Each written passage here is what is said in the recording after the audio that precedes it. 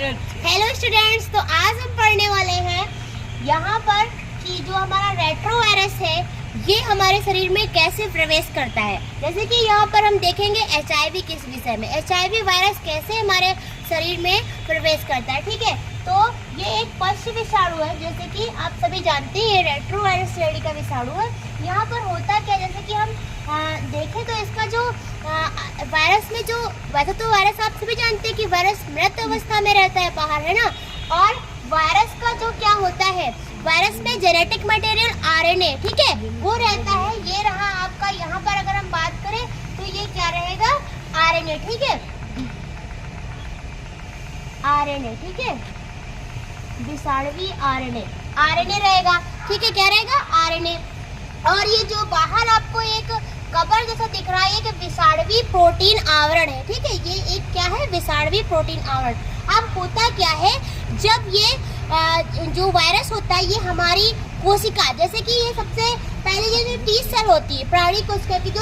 ये पहले उस पर क्या करेगा, अटैक करेगा, तो इसका जो RNA है, जेनेटिक मटेरियल, वो ही अंदर जाएगा, ठीक है, और इसका जो प्रोटीन आवरण है ये बाहर ही रह जाता है। तो हुआ क्या, इसका क्या है, जब ये RNA जो होता है न्यूक्लिक अम्ल, ये जब हमारे क्या करता है, ये जब T सेल पे, मतलब ये जब ये इसमें प्राणी कोशिका में क्या करेगा, जब प्रवेश करेगा, तो ये विषाणुवी RNA जो कोशिका में जब प्रवेश होता है, तो होता क्या है कि यहाँ पर ये RNA क्या कर लेता है, DNA में कन्वर्ट हो जाता है। मतलब कि ये एक प्रोसेस होती है, आप सभी जानते हैं, ट्रांसक्रिप्शन, मतलब उसमें क्या होता है, DNA से RNA बनता है। और यहाँ पर रिवर्स ट्रांसक्रिप्शन, ये एक एंजाइम के थ्रू होता है, जिसे हम कहते हैं रिवर्स ट्रांसक्रिप्टेज एंजाइम, ठीक है। तो यहाँ पर ये RNA DNA बन जाता है, और ये क्या करेगा, फिर ये हमारी ही कोशिकाओं का उपयोग करती है, DNA जो होता है हमारी कोशिकाओं में जुड़ जाता है। वहाँ पर जो हमारा जीनोम होता है,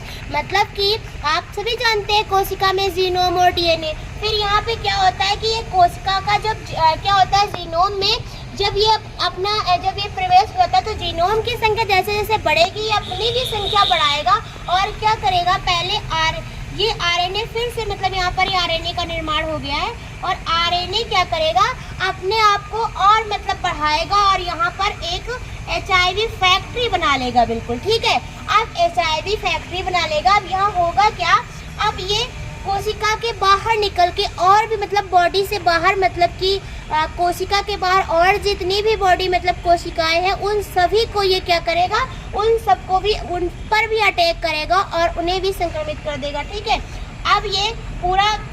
मतलब जब फैल जाएगा, तो होगा क्या, जो हमारी T सेल होंगी वो डिक्रीज हो जाएंगे, TH सेल जो होंगी वो डिक्रीज हो जाएंगी, मतलब उनकी कमी हो जाएगी। एड्स मरीजों में हेल्पर T सेल जो होती है, वो जैसे कि आप सभी जानते हैं, यहाँ पर जब उनकी कमी होगी, मतलब डिक्रीज हो जाएगा, तो जो T सेल होती है वही करती क्या है, वही T सेल जो helper T cell, T lymphocyte की जो संख्या घटने लगती है, और उसका यूज क्या है, T लिम्फोसाइट्स ही B लिम्फोसाइट को एंटीबॉडी बनाने के लिए प्रेरित करते हैं। HIV ने पहले बॉडी में एंटर किया, ठीक है, फिर उसने RNA